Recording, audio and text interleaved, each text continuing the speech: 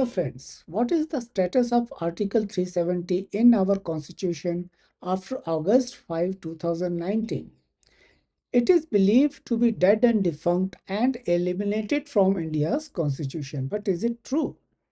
To fully comprehend the significance of the elimination of Article 370 from India's Constitution, one must learn about its historical roots.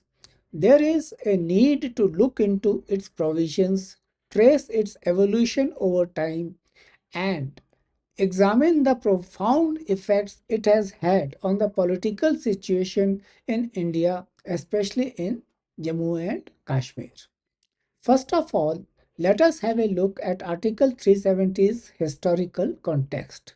India's independence from the British in 1947 was accompanied with its blood-spattered partition. India and Pakistan faced the daunting task of assimilating over 500 princely states into their own territories. The princely states were given the option to either join one of the countries or remain independent. Jammu and Kashmir was ruled by the Hindu Maharaja Hari Singh, but the majority of its population was Muslim. Hari Singh did not want to join either country. He wanted to remain independent. But in October 1947, Pakistani forces in the guise of tribal militias invaded Kashmir. The Maharaja was left with no choice but to seek military aid from India and agree to join the Union of India.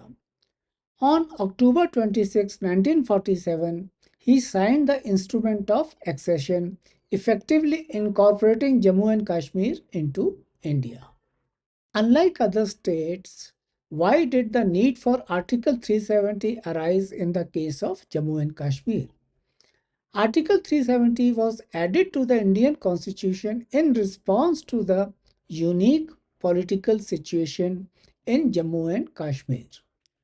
This was supposed to be a temporary provision in Part 21, which granted certain privileges to Jammu and Kashmir, such as the ability to have its own constitution, flag, and a degree of autonomy in managing internal matters. The Union Government of India had authority over defense, communications, and foreign affairs. Who were the key figures involved in the development of Article 370? It took a lot of negotiations, toing and froing among various parties to come to Article 370. Sheikh Abdullah, a prominent Kashmiri leader, strongly supported the concept of autonomy within India. He was worried that if complete integration occurred, it could result in the isolation of Kashmiri Muslims. Prime Minister Jawaharlal Nehru also supported the special status, but his priorities were different. He firmly believed this would enhance the loyalty of Kashmiris towards India.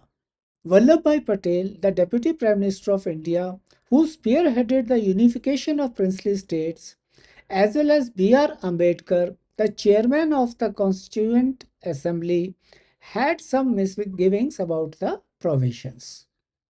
But they eventually consented to making concessions for Kashmir, recognizing it as a temporary resolution. They, along with many others, believed that Article 370 is only a stopgap arrangement before J&K is fully integrated into India. Moreover, Pakistan's not-so-veiled invasion had lent a sense of urgency to resolve the differences to hasten India's military counter-offensive. N. Gopalaswamy Iyengar, a member of the Constituent Assembly, drafted the article with the goal of preserving Kashmir's autonomy. What made Article 370 so special? The article guaranteed a special status to the state of Jammu and Kashmir. Let us have a look at the provisions that made Article 370 unique in its own way.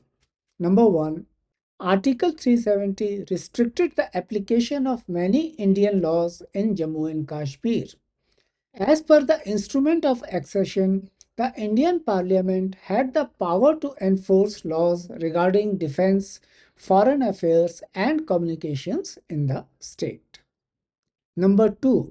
On January 26, 1957, Jammu and Kashmir adopted its own constitution. It effectively superseded the Indian constitution in terms of local governance and civil rights by granting exclusive powers to the state in various domains. Number 3.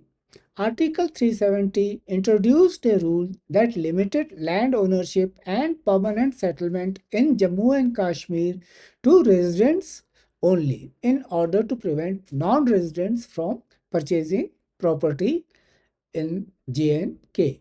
The objective was to maintain the region's distinct demographic and cultural traits by implementing restrictions on the migration of individuals from other areas of India.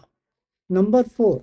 The President of India could enact Indian laws in Jammu and Kashmir only through a presidential order, but this required the consent and cooperation of the state government. So, what made Article 370 so controversial? Even when the article was being considered, there were misgivings about its effect on the Indian Union's basic constitutional structure. There were also differences among the major dramatis personae regarding its provisions and duration. This article was meant to be temporary, but it gradually became a permanent part of the Constitution. The absence of a unified political agreement, along with the complex difficulties of incorporating Kashmir and the opposition from within the state, all played a role in this significant change. Over time, many political parties, notably the Bharatiya Janata Party, consistently pushed for the repeal of Article 370. They argued that this article hindered the full integration of Jammu and Kashmir with the rest of India, which would encourage separatism. Article 370 consistently generated heated political discussions in India for many years. Supporters of the provision claimed that it protected Kashmir's unique identity and guaranteed its political loyalty to India. Nehru was one of the believers in this thought. They believed that removing Article 370 would lead to the isolation of the people of Kashmir and trigger social turmoil. Conversely, opponents of the policy argued that it stifled the region's growth and promoted discrimination against non-residents. Let us not forget that there were many refugees from Punjab who wanted to settle there or in and around Jammu region, but this did not happen. The article arguably nurtured, strengthened, and institutionalized separatist sentiments in the valley.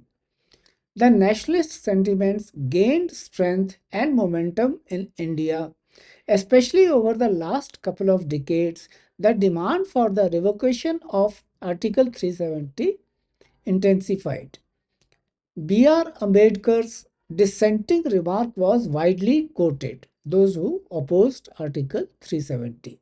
He had said, and I quote him, "You want India to defend Kashmir, feed its people, give Kashmir equal rights all over India, but you want to deny India and Indians all rights in Kashmir. This is a position I am not prepared to accept." Quote ends. During the 1980s and 1990s, insurgency and separatist violence increased in Jammu and Kashmir, leading to an increased deployment of armed forces in the state. Killings and forced exile of Kashmiri Pandits provided ammunition to the critics of Article 370. They blamed the article for creating a psychological and physical divide between Kashmir and the rest of India. They advocated its abrogation to combat militancy and ensure the state's integration and development. This advocacy was further strengthened by L.K. Advani's remark. This is not merely a political or constitutional issue. It concerns the unity and integrity of our country. So, when and how was Article 370 abolished? August 5, 2019 marked a transformative moment in history as the Union government revoked Article 370. This move resulted in the state's division into two union territories, thereby nullifying the special status of Jammu and Kashmir. Of course, Jammu and Kashmir or J&K has its legislative assembly, but the other part, which was now separated, does not have any legislative assembly. There were constitutional amendments too. The government employed Article 367, which allows for constitutional interpretation, to rename the non existent Constituent Assembly of Jammu and Kashmir as its legislative assembly. This redefinition allowed the Indian Parliament to approve the change without requiring consent from the state legislature.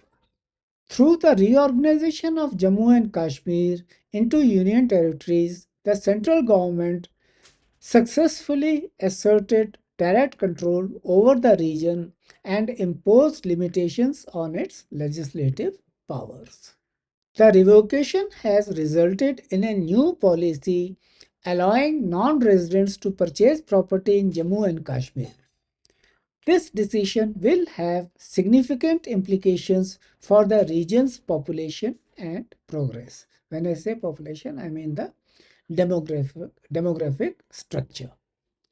So, what are the legal and social implications of this revocation? The revocation of Article 370 underwent rigorous legal examination. The Supreme Court was called upon to assess its constitutionality. According to the opponents, in order to make any amendments to Article 370, it was necessary to get the consent of Jammu and Kashmir's Constituent Assembly, which had ceased to exist in 1957. Despite the differing opinions, supporters of the revocation strongly believed that the repeal of the article was crucial to promote equality and foster progress in Kashmir. So far, how have the world and the rest of India reacted to this revocation? The international community responded cautiously to the changes, with certain countries voicing concerns about human rights. That's the usual reaction to such changes everywhere. Human rights are generally used as a stick to beat with the country they want to criticize. Within the country, the decision ignited controversy, with nationalist groups firmly supporting it and opposition parties and Kashmiri groups raising objections, perceiving it as a gradual loss of their self governing powers. And what are the future implications for Kashmir and India vis a vis this revocation? The consequences of the revocation have resulted in a variety of outcomes, both advantageous and disadvantageous, regarding security and progress. The government asserts that insurgency has been successfully contained and they are currently witnessing an upswing in implementing development projects. Although there has been a reduction in violence compared to previous years, the region remains heavily militarized and incidents of violence persist. And how has this impacted the economic and political as well as social profile of the state. In order to promote economic growth, the government has eliminated residency restrictions. This move aims to attract investment and encourage industries to set up operations in the area, ultimately leading to the creation of new job opportunities. It is expected that educational institutions and health facilities will improve under direct central administration, aligning their development goals with the rest of India.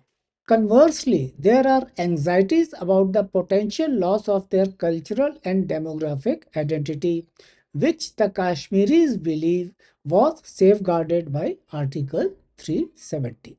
Many Kashmiri leaders, including those who were previously affiliated with mainstream Indian parties, currently feel marginalized.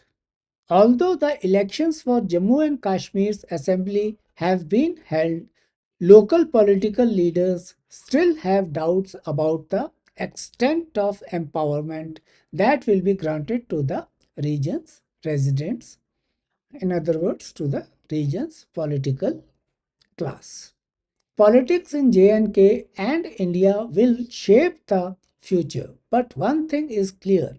The abrogation of Article 370 is irreversible. Now nothing can be done about it. It is done and dusted.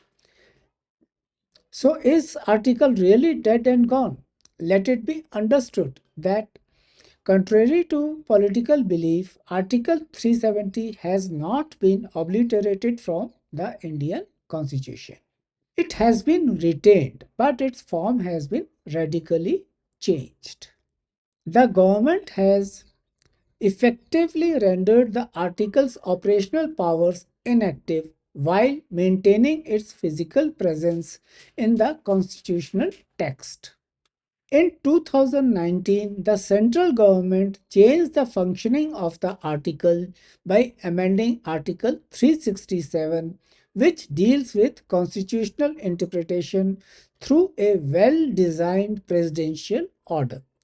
By making this strategic decision, they could bypass the previously necessary approval of the J&K Constituent Assembly for implementing these changes. This change has signaled the end of the distinct status that J&K held within India's federal system, where it previously had notable autonomy in lawmaking and special benefits. Although it still remains in India's constitution, Article 370 serves as a symbolic reminder of the region's lost autonomy as its crucial provisions are no longer in operation. In fact, they have been removed. The change has effectively incorporated J&K more completely into India's administrative structure, although the continued existence of the article in the constitution acts as a reminder of the region's unique history.